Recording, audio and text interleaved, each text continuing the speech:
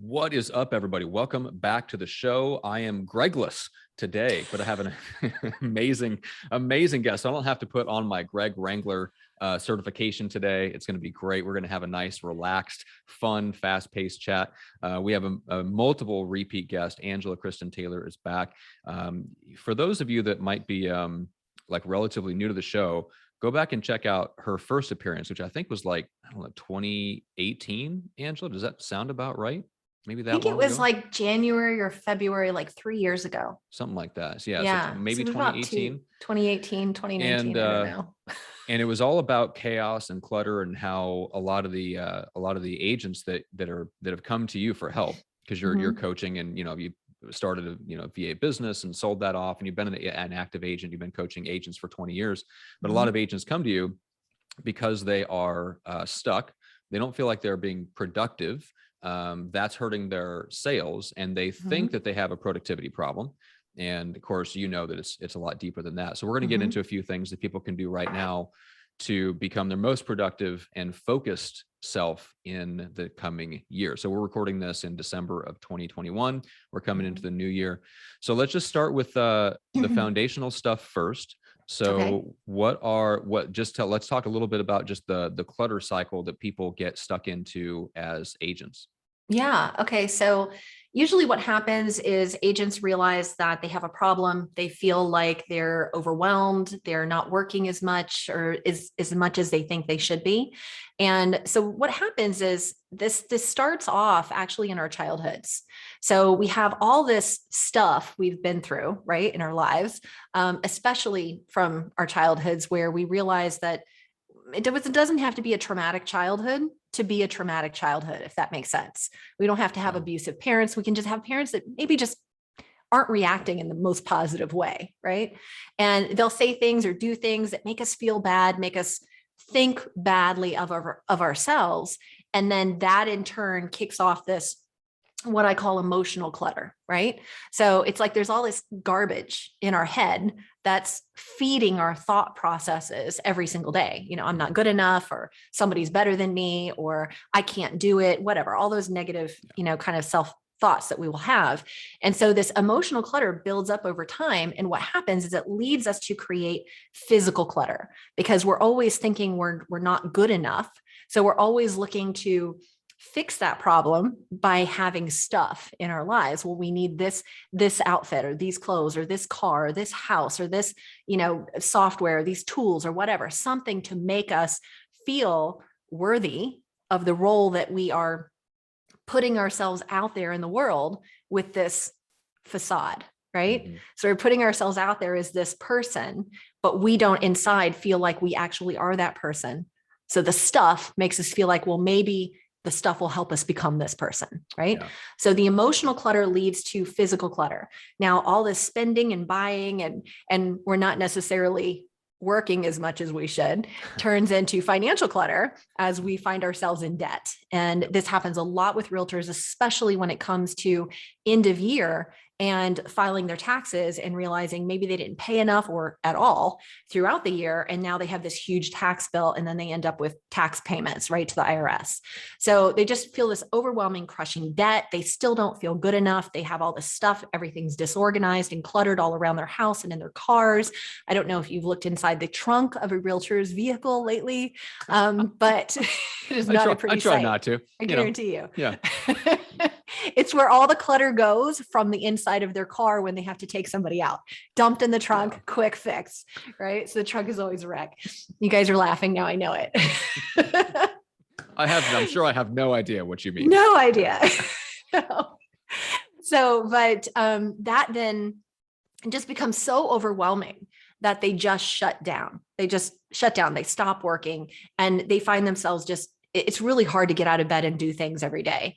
And this will happen for a few weeks, usually before they realize, crap, I got to go do something. I'm not making any money. And so they go back into physical clutter by buying something else, thinking it's going to fix the problem, when really it's all the emotional clutter that's been built up throughout our lives that has created this problem in the first place. Yeah. And that was such an amazing insight. And I want to go back to something you said, because you and I have talked about this behind the scenes, Mhm. because we're working on launching your podcast, which comes out Mhm. as we're recording this. It comes out tomorrow. By the time you listen to this, Yeah. it'll already be out. It's called Productive Flow. So everyone should check that out. But you told this story of someone Mm. whose brother made one random offhand comment to them when they were younger. And it Oh just yeah. got into like, yeah, tell Yeah. that story real quick. Cause you mentioned just even if you didn't have a bad childhood, it Yeah. doesn't matter. Yeah. Exactly. Sorry, children. Um, Exactly. You got children in your background moving things, doing yeah. things. Yeah. If Yes. anybody heard that. Um, so at any rate, yeah, so that was one of my clients, and she really struggled because when she was little, her little brother or bigger brother, older brother, I think it was, told her she was fat and ugly and nobody wanted to listen to anything she had to say. So when it came to promoting herself, promoting her business, showing up on video and recording content, which she knew was the right thing for her to do to move her business forward, that voice would come up saying, "You're fat and ugly. Nobody wants to listen to you." Even though it was just some offhand comment he said, just being a brother, Yeah. because how many times have siblings said nasty things to each other, right? It stopped her in her tracks. Now, this woman is beautiful, knockout, used to be a firefighter of all things. I mean, Wow. she's an incredible woman, right? And a realtor and a mom. And in her mind, though, that comment that her brother made was who she is inside. And therefore, that was the belief. And that was the basically her internal thoughts that prevented her from doing any of the work she needed to do. Yeah. Yeah. It's so crazy. Yeah. Cause when I thought back to my childhood, Mhm. I had a pretty good childhood. My parents were really Mhm. fantastic and very encouraging and supportive. But I also inherited, I think by osmosis, my dad's hypercriticalness of himself. I could Yes. just tell. And like, I interpreted that as like kind of, I don't know, like a pursuit of excellence. And so I built this really Mhm. strong internal critic, right? Mhm. And yeah, so it's an interesting thing because I didn't consider myself I didn't have a chaotic childhood. Yeah. But there were things like, even though you can have the greatest childhood theoretically, doesn't Yeah. matter. There's always something that comes out of that sticks with you. So let's talk about setting Yeah. your GPS Mhm. and getting your focus right. So you mentioned that most agents are going to come into this next year and they basically really just have one focus, which is, I need more clients. It's like, okay, well, Yeah. great. Yeah, okay, Mhm. that's fine. What do you think should they be focusing on as opposed to that? Really understanding what kind of life they want to have. That's really what it boils down to. Because when you know what your life looks like from your highest desired position, like this is my ideal life, okay? That includes things like, your where you live, what kind of car you might drive, and how you appear to others, like what kind of clothes you wear, things like that, right? And not in an effort to impress other people, but just in a sense of what really lights you up, what feels really good to you, right? And then it also encompasses, who do you want to serve? And why do you want to serve them? So, most agents I talk to are like, well, I'll help anybody. Well, of course you will. But usually there's one subset group of people that you really, really love supporting because they are just like those are the clients that become your best friends. And you're just like, that is amazing. That is fantastic. And I just want to be with those people, supporting those people, helping those people. Right. Yeah. So if you don't know, stairs. If you don't know, I'm just thinking of Jumanji, like the original with yeah, Robin Williams. Yeah, it's that's what's totally happening in your like house that. right now. Yeah. 8-year-old voice. Exactly. It's like a stampede.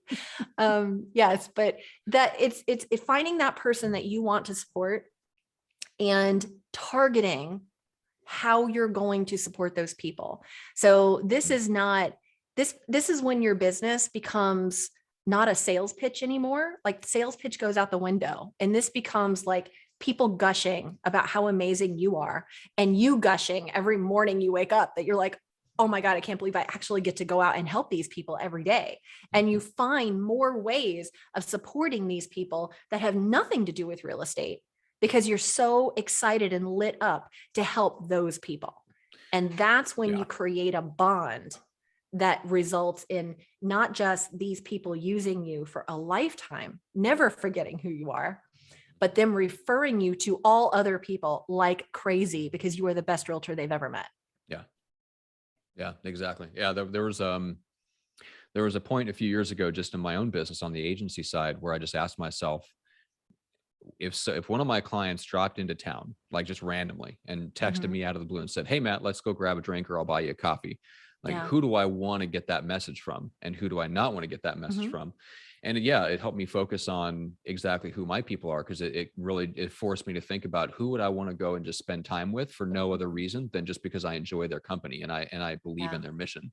Mhm. And that refined things down. I think there's a lot of fear around that. And I think there's ways to deal with that, but there's definitely a lot of fear around just coming out and saying who you want to support and serve. So there's a story that you told me before we hit record that I'd love for you to Mhm. share, Sure. about the gal that ended up kind of going after and serving and supporting other abled persons like herself. So tell me a little bit Yeah. about that.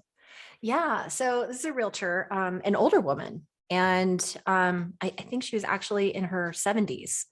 Wow. And really, over the years, she'd had a lot of issues with her spine and legs and shoulders and hips and things like this. And she was walking with a cane and she walked very slowly. And she found that clients would get frustrated waiting on her because she was slow, you know? Mm-hmm.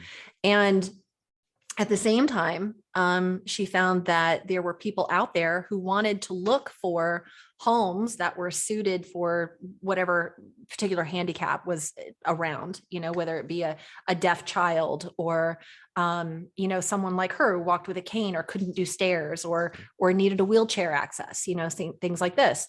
And she found that those people were finding frustration from the realtors that they were working with, that these people were slow or had special needs and it was hard to match them, and so they just weren't getting the callbacks and the connection from other realtors. And she thought, there's a group of people here that need help, that need to be served, and I want to really serve those people.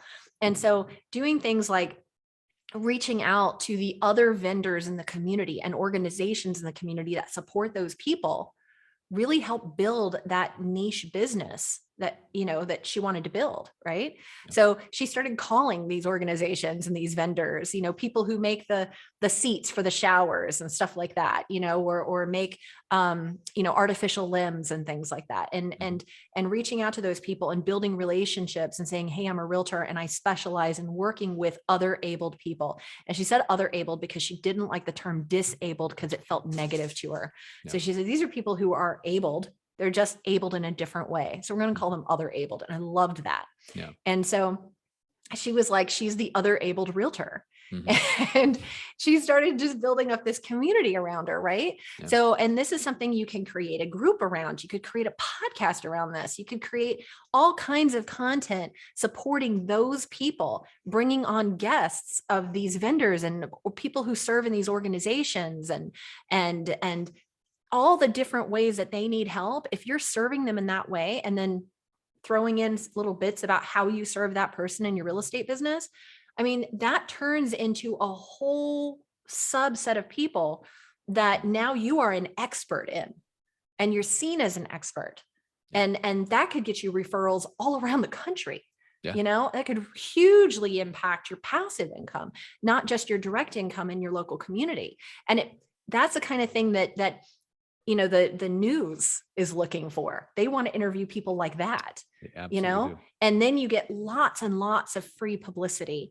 So, the newspapers want to interview you, the TV show, the local news broadcasters want to interview you. So it's when you have a specialized focus. Now think about that. If you were helping people in a way that's so connected to who you are as an individual, and that's usually some version of ourselves, right? Mm-hmm. This is why sometimes realtors who specialize like in relocation, they're like, hey, I wasn't born here. I relocated here and now I'm a realtor and I love helping other relocating families. That's a perfect example, right? Yeah. So that's the kind of thing where you start building a business around it. I had another client years ago that her husband played professional basketball. Okay. And so she created her own real estate company, and a lot of her agents were retired professional athletes. And so they would come in, and one of the things that she built in her business was a concierge service for her clients, because they had so many things to do moving in and moving out, because they would have to go quickly because of, being traded off to another team, another place.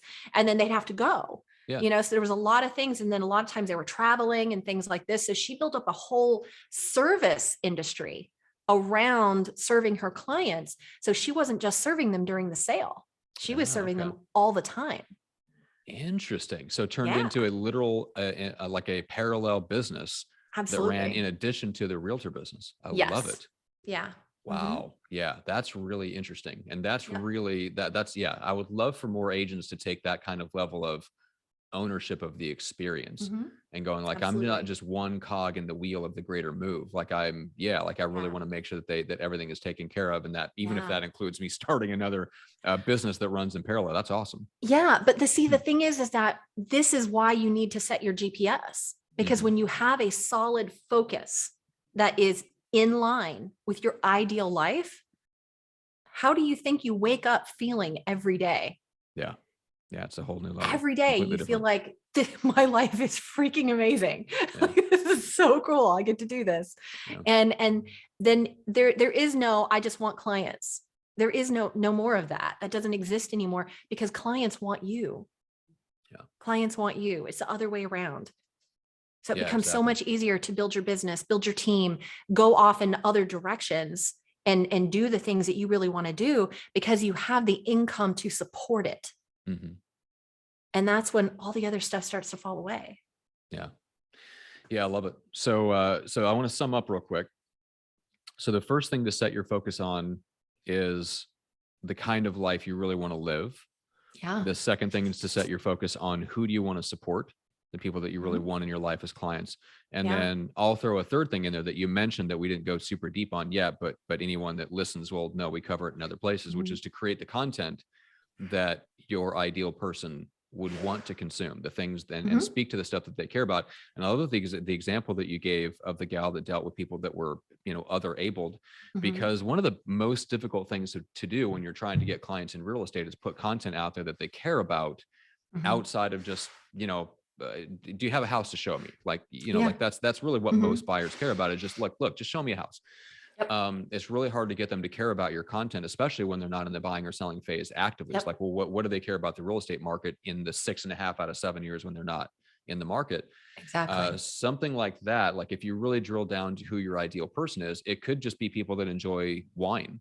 It could be people that are involved in the same community organizations or the same nonprofits. There's a bunch of different ways to slice it, but it solves the biggest problem in marketing for agents, which is, what do you talk about other than real estate? Yeah. Like, well, if you're having trouble figuring out what to talk about besides real estate, it's a sign you really don't know who you serve, or you haven't chosen, right? You haven't chosen. Exactly. I worked with a realtor who built his entire business was based on a fishing group that he had started, and people who love to fish. Yeah. Okay. And that turned into a huge thing. Yeah. So, I mean, there's a lot of different ways that you can do this, but it's really about, finding that focus, understanding what it is. And then, there's a big issue that a lot of agents have, which is managing their time well. And they feel like, they don't know how they should be using their time. They feel like they're scattered, they're disorganized, their calendar's a wreck. And that's usually because they have no focus.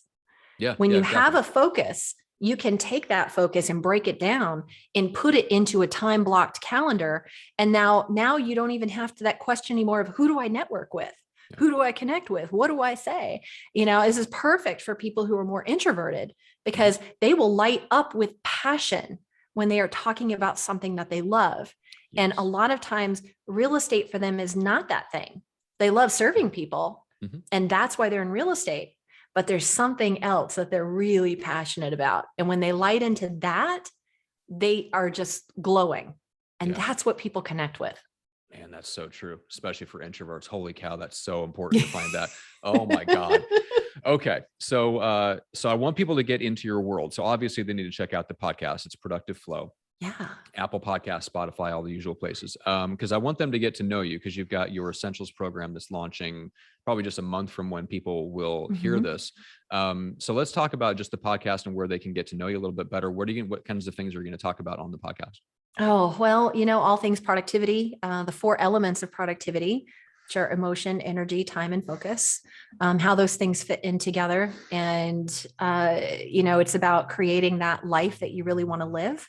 And then as far as guests, I really want to be bringing on guests that are successful entrepreneurs who have overcome that big hurdle, that point of chaos and overwhelm and stress, that they were there, they experienced it, and they broke free from it.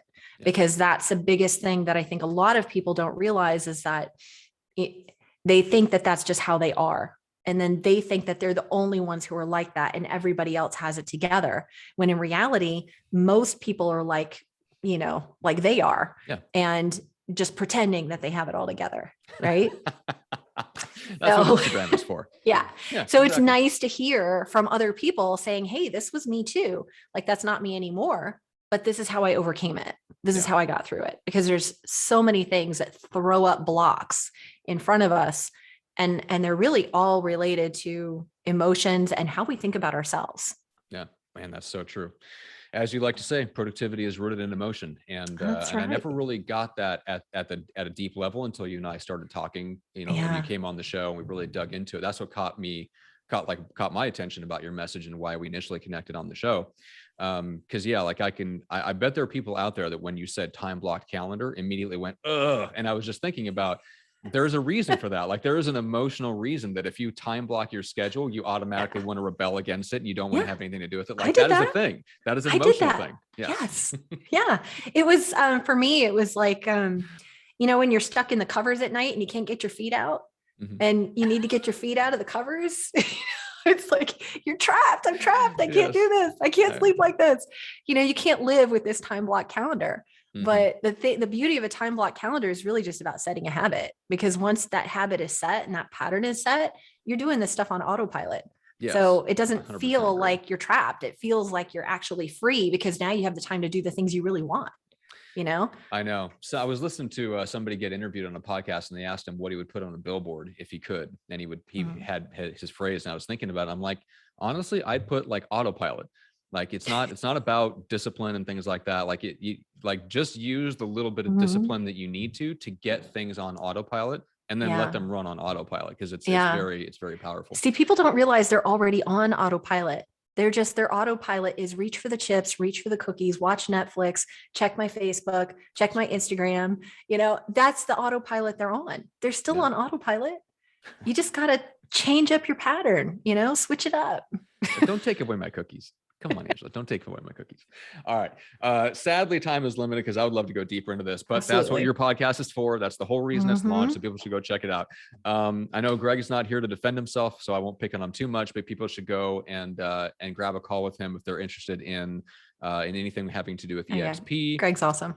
Greg is awesome. We love him. And then, of course, if you're looking to launch your own podcast, reach out to me. Oh my God. Can't say enough about Matt and his whole team and how amazing they are. I told Matt, and I know you're running short on time, but I have to say this. I told Matt that I would not even have started a podcast if it was not for him doing all of this work behind the scenes. I wouldn't even have done it. And that's 100% true. And they have exceeded my expectations in every single possible way. It's just been the most wonderful experience ever. I will never leave. So thank you. That's right. Well, it's a good thing I like you, because apparently I'm stuck with you. All right. Yes, you are. All right. Well, I really appreciate that. Yeah.